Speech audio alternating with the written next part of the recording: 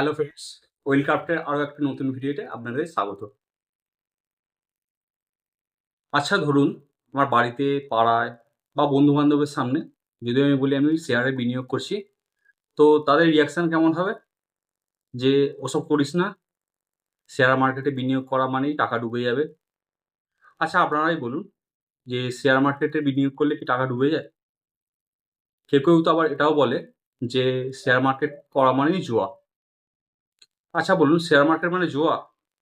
চলুন এর উত্তর খোঁজার চেষ্টা করি। জুয়া মানে হলো কোনো খেলা বা কাজে টাকা লাগানো, যেখানে কোনো অ্যানালিসিস কাজ করে না, পুরোটাই নির্ভর করে ভাগ্যের উপর। যেখানে নিশ্চিত হিসাব কোনো কিছু থাকে না, পুরোটাই নির্ভর করে ভাগ্যের উপর।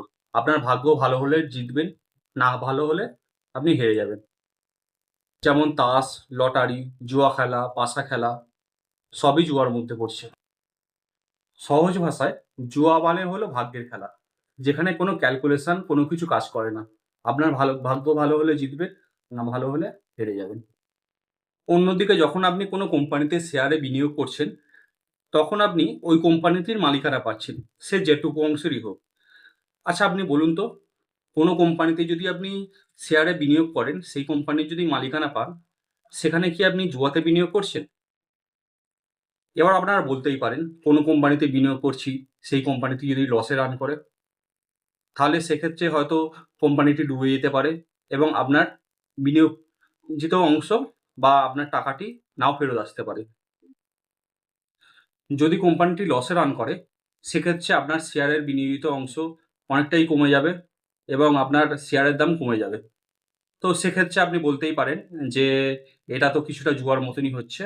হ্যাঁ, আপনার দিক থেকে হয়তো এটা ঠিক যে, আপনার শেয়ারের দাম কমে গেলে এটা টাকাটা অনেকটা কমে যাচ্ছে, শেয়ারের দাম কমে যাচ্ছে। তো এটা কিছুটা জুয়ার মতনই হলো।